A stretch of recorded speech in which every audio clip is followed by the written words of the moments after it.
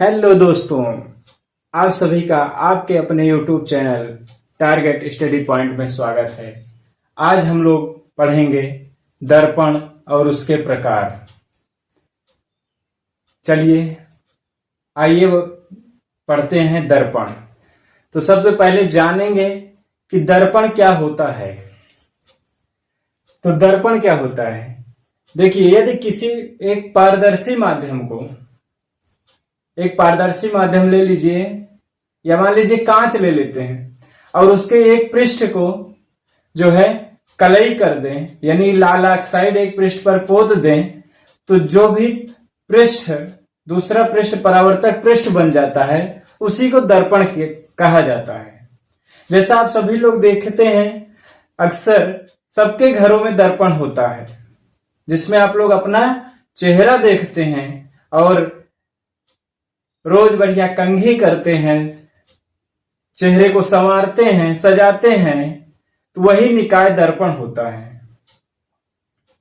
तो आइए देख लेते हैं एक बार फिर से कि यदि किसी पारदर्शी माध्यम के एक पृष्ठ पर, यानी कि एक पारदर्शी माध्यम लेते हैं और उसके एक पृष्ठ पर क्या कर दें, कलई या लाल ऑक्साइड पोत दें, लगा दें, तो दूसरा पृष्ठ जो है क्या बन जाता है, परावर्तक पृष्ठ बन जाता है। और इससे जो भी चीज बनती है, जो भी निकाय प्राप्त होता है, उसी को दर्पण कहते हैं। दर्पण के प्रकार, दर्पण भैया दो प्रकार के होते हैं, एक समतल दर्पण और दूसरा गोलीय दर्पण। यानी दर्पण के प्रकार, एक पहला तो समतल दर्पण और दूसरा गोलीय दर्पण होता है। अब समतल दर्पण क्या होता है, तो भैया समतल दर्पण सबके घरों में है। अरे जिसमें आप अपना चेहरा देखते हैं वही तो है समतल दर्पण।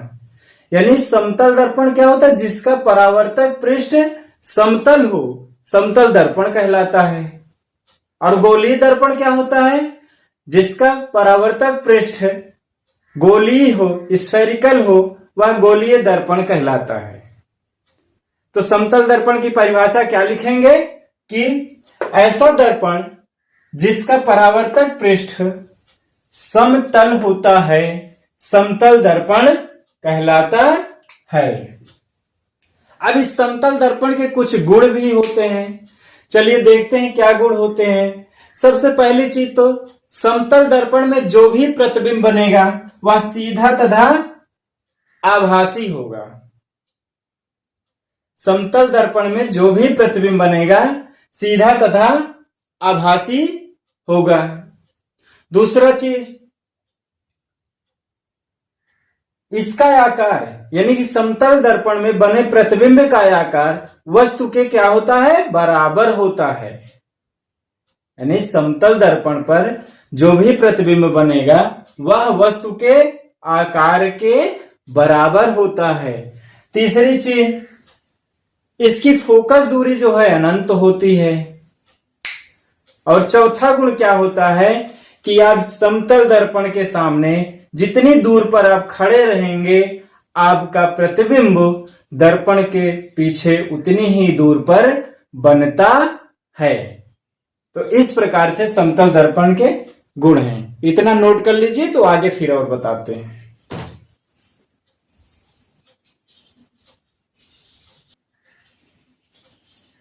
चलिए आगे देखते हैं, पांचवा गुण क्या हो सकता है कि यदि आप अपना संपूर्ण शरीर का, यानी कि आप अपना प्रतिबिंब देखना चाहते हैं दर्पण में, तो दर्पण की ऊंचाई, यानी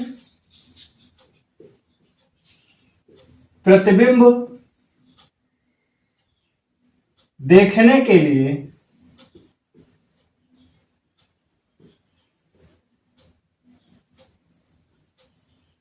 दर्पण की ऊंचाई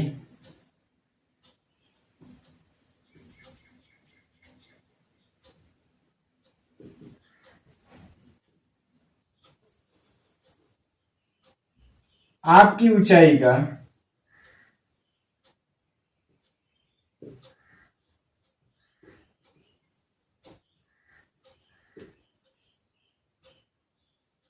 आधा होना चाहिए।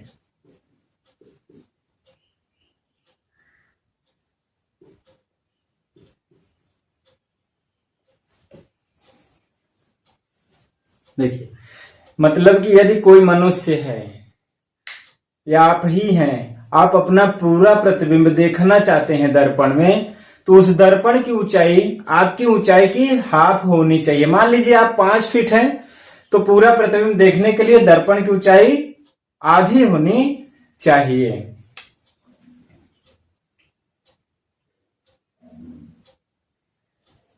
और क्या हो सकता है, चलिए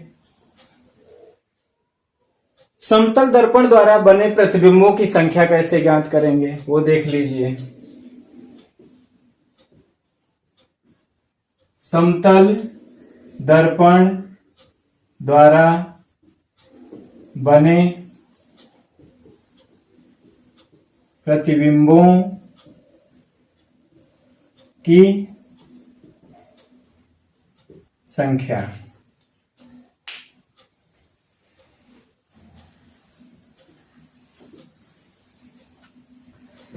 देखिए, यदि दो समतल दर्पण को आपस में किसी थीटा कोण से रख दिया जाए, यानी कि दो समतल दर्पण को आपस में किसी थीटा कोण से रख दिया जाए और बीच में एक वस्तु रख दी जाए,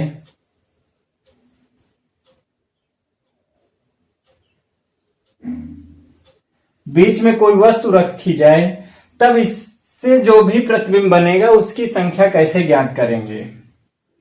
देखिए, यदि यह थीटा कोण सम है, थीटा कोण सम है, तब प्रतिबिंबों की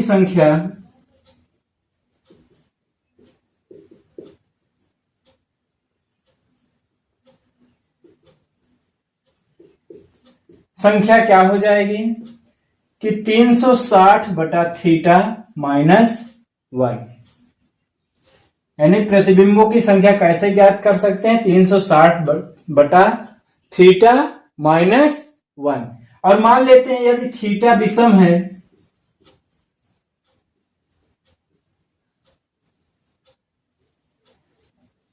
तो प्रतिबिंबों की संख्या क्या हो जाएगी,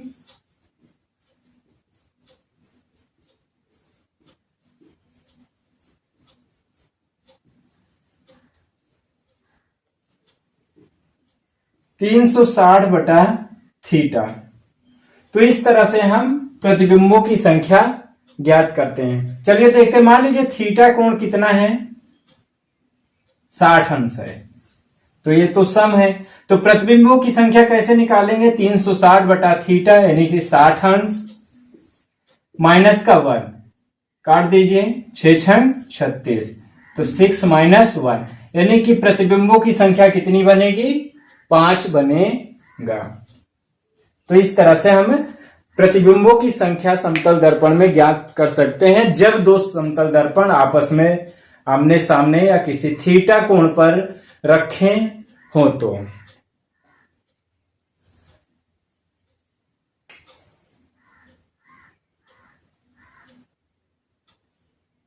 नोट कर लीजिए।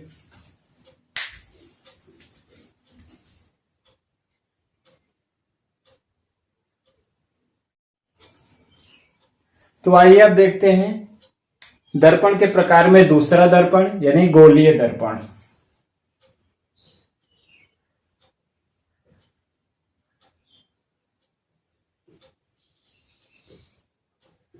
गोलीय दर्पण क्या होता है, यानी ऐसा दर्पण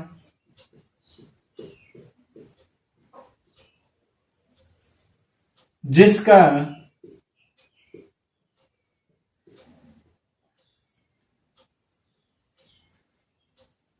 परावर्तक पृष्ठ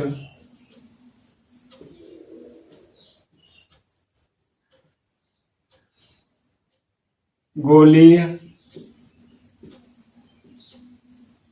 होता है, यानी कि ऐसा दर्पण जिसका परावर्तक पृष्ठ गोलीय होता है। गोलीय दर्पण बनता कहां से है, मान लेते हैं कोई कांच का खोखला गोला है, ठीक है। इसी के एक पार्ट को काट कर उस पर कलई लगा देते हैं तो दूसरा पृष्ठ परावर्तक पृष्ठ बन जाता है। इसी को जो है गोलीय दर्पण कहा जाता है। समझ में आ गया? चलिए अब गोलीय दर्पण के प्रकार देखेंगे।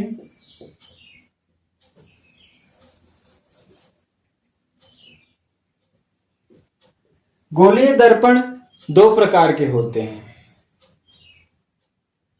एक तो अवतल दर्पण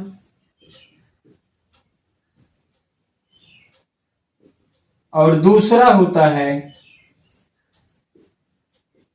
उत्तल दर्पण। एक अवतल दर्पण और दूसरा उत्तल दर्पण। चलिए देखते हैं अवतल दर्पण क्या होता है और उत्तल दर्पण। ठीक, आइए सबसे पहले लेंगे अवतल दर्पण। देखिए अवतल दर्पण क्या होता है। अवतल दर्पण का जो परावर्तक पृष्ठ होता है वो अंदर की ओर दबा होता है, यानी जिस पर प्रकाश की किरण पड़ेगी और परावर्तित हो जाएगी वह पृष्ठ यानी परावर्तक पृष्ठ क्या होगा, अंदर की ओर दबा होता है। जैसे ये हथेली है तो ये आपका एक उभरा हुआ भाग है, इस पर यदि कलाई लगा दे रहे हैं तो ये पृष्ठ जो है, ऐसे करिए, ये पृष्ठ जो है क्या बन जाएगा, परावर्तक पृष्ठ। तो ये पृष्ठ अंदर की ओर दबा है ना, तो इसलिए यह कौन सा दर्पण कहलाएगा, अवतल दर्पण। यानी अवतल दर्पण क्या होता है कि अवतल दर्पण का परावर्तक पृष्ठ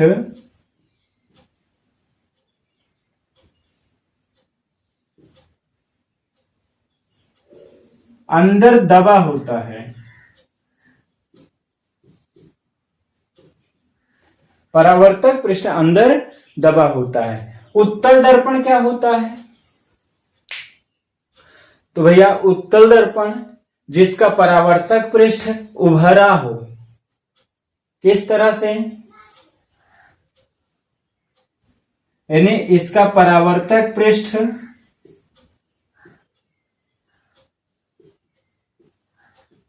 उभरा रहेगा, यानी कि इस तरह से, ये हथेली को इस तरह से बनाएंगे ऐसे चम्मच की तरह, तो ये जो भाग उभरा होगा और अंदर दबे हुए भाग में जो है क्या कर देंगे, कलाई लगा देंगे और ये उभरा हुआ भाग परावर्तक पृष्ठ बन जाएगा और इसी को जो है हम क्या कहते हैं, उत्तल दर्पण कहते हैं।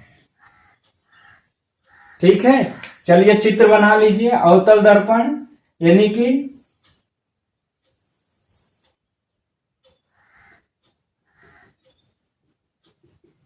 ये कलाई लग गया,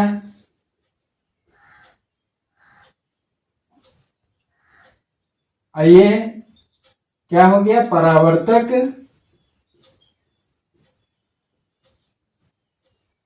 पृष्ठ।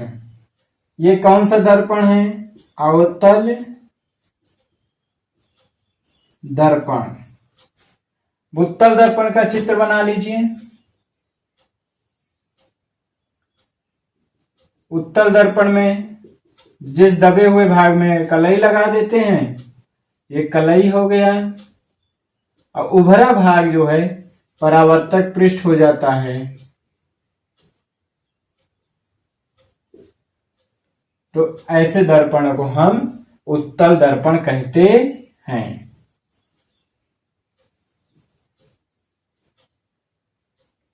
ऐसे दर्पण को हम उत्तल दर्पण कहते हैं।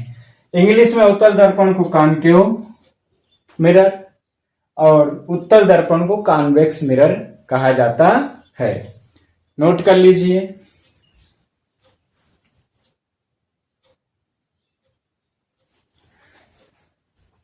तो इस तरह से आपने गोलीय दर्पण के बारे में जाना कि दो प्रकार के होते हैं, कौन कौन से, अवतल दर्पण और उत्तल दर्पण। अब गोलीय दर्पण से संबंधित कुछ परिभाषाएं देखेंगे कि वो परिभाषाएं क्या होती हैं। तो आइए देखते हैं गोलीय दर्पण से संबंधित कुछ परिभाषाएं।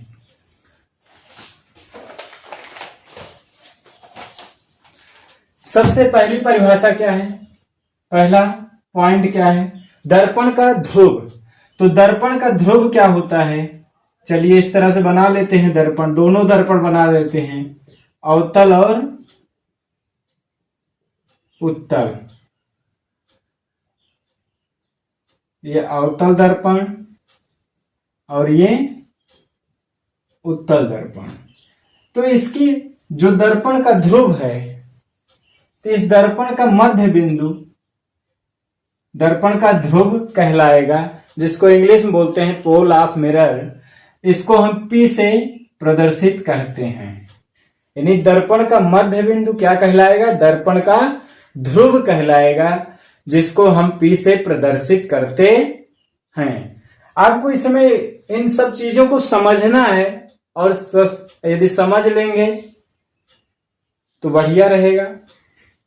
आराम से पढ़िए, आराम से समझिए, धीरे धीरे पढ़िए, कोई जल्दबाजी नहीं है। अभी परीक्षा का समय बहुत ज्यादा, अभी टाइम तो है, एक प्रकार से कह सकते हैं टाइम भी नहीं है, क्योंकि आप पढ़ेंगे तभी, तब समय नहीं पता चलेगा, और जब नहीं पढ़ेंगे तो बहुत समय है।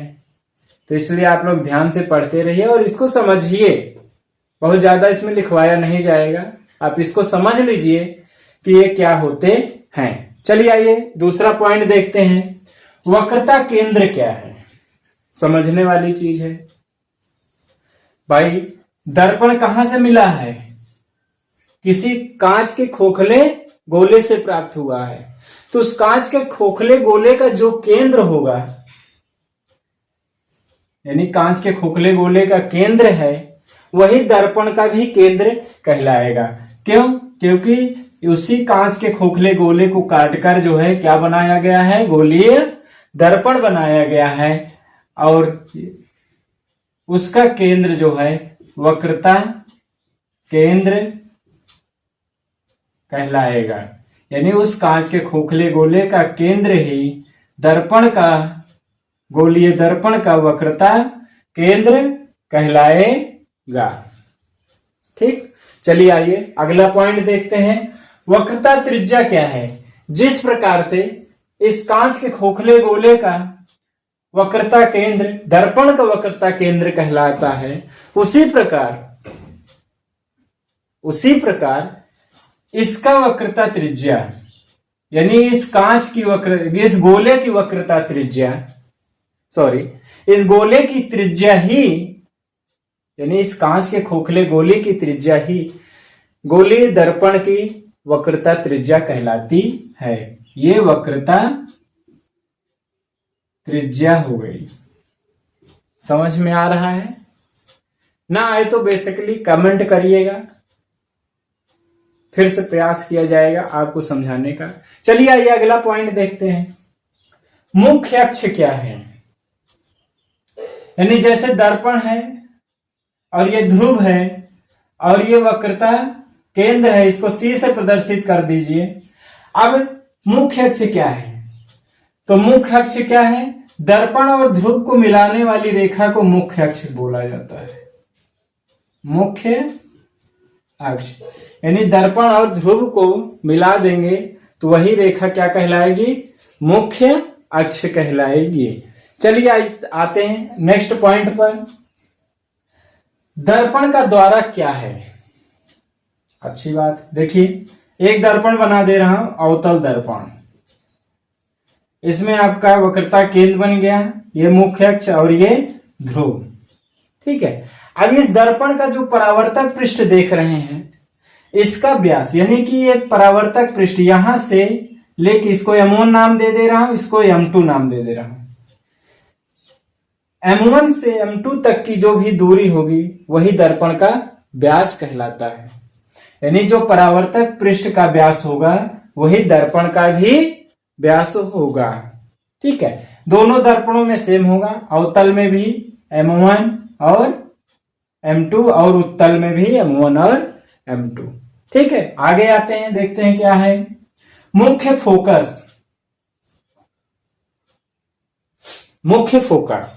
चलिए इसको देखते हैं। देखिए, जब प्रकाश की किरण, चलिए इसको नोट कर लीजिए तो इसको मिटा दें।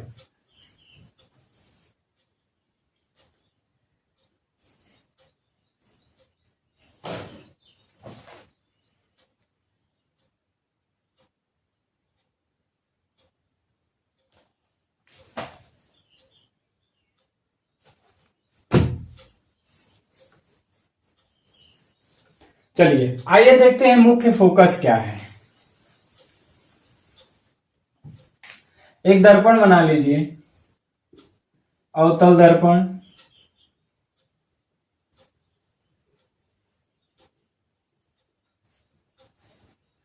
चलिए ये ध्रुव हो गया, वक्रता केंद्र हो गया, थोड़ा और दूर रख लीजिए, ये वक्रता केंद्र हो गया। ये उत्तल दर्पण, उत्तल दर्पण को वक्रता केंद्र इधर रहेगा और ये ध्रुव। अब इसमें क्या है, मुख्य फोकस क्या है? जब कोई प्रकाश की किरण मुख्य अक्ष के समांतर जाती है, जब कोई प्रकाश की किरण मुख्य अक्ष के समांतर जाती है तो वह परावर्तन के पश्चात जिस बिंदु पर मिलती हैं या मिलती हुई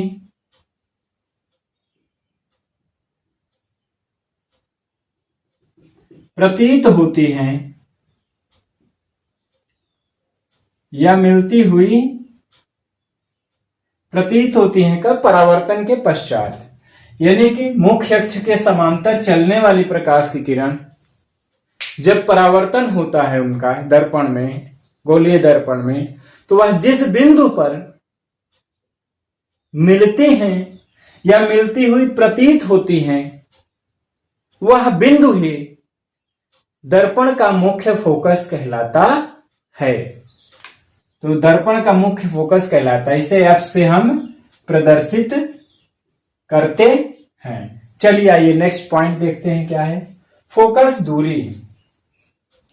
फोकस दूरी क्या है?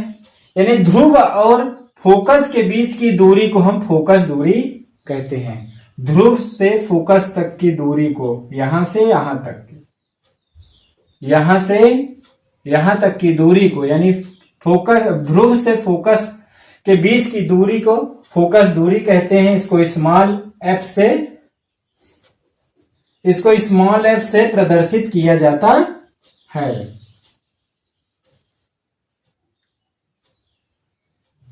चलिए अगला पॉइंट देखते हैं। अभिलंब क्या है? वक्रता केंद्र से एक किरण खींच रहे हैं, एक रेखा खींच रहे हैं, और जिस बिंदु पर हम रेखा, परावर्तक पृष्ठ के जिस बिंदु पर हम खींच देंगे वही अभिलंब कहलाता है। अभिलंब क्या है समझ में आया? यानी गोलीय दर्पण है और इसको किसी बिंदु से वक्रता केंद्र को मिलाने वाली जो रेखा होगी वह उसके अभिलंब कहलाएगा। चलिए अगला पॉइंट क्या है? फोकस तल। तो फोकस तल क्या है?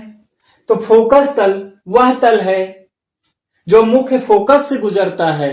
यानी फोकस तल वह तल है जो इस मुख्य फोकस से गुजरता है और मुख्य अक्ष के लंबवत होता है, उसी को हम फोकस तल कहते हैं। चलिए इस तरह से आपने गोलीय दर्पण पढ़ा। सबसे पहले आपने क्या पढ़ा? दर्पण किसे कहते हैं, उसके प्रकार पढ़ा, समतल दर्पण और उत्तल दर्पण। फिर समतल दर्पण के बारे में कुछ चीजें जाने। फिर क्या पढ़ा? गोलीय दर्पण। गोलीय दर्पण के प्रकार पढ़ा, दो प्रकार के होते हैं, अवतल दर्पण और उत्तल दर्पण। फिर अवतल और गोलीय दर्पण से संबंधित कुछ परिभाषाएं आपने पढ़ा कि दर्पण का ध्रुव क्या है, वक्रता केंद्र क्या है, वक्रता त्रिज्या क्या है, मुख्य अक्ष क्या है। इस प्रकार से आपने सारी चीजें पढ़ी। चलिए नोट कर लीजिए, फिर आगे के वीडियो में इसकी आगे की चीजें जानेंगे।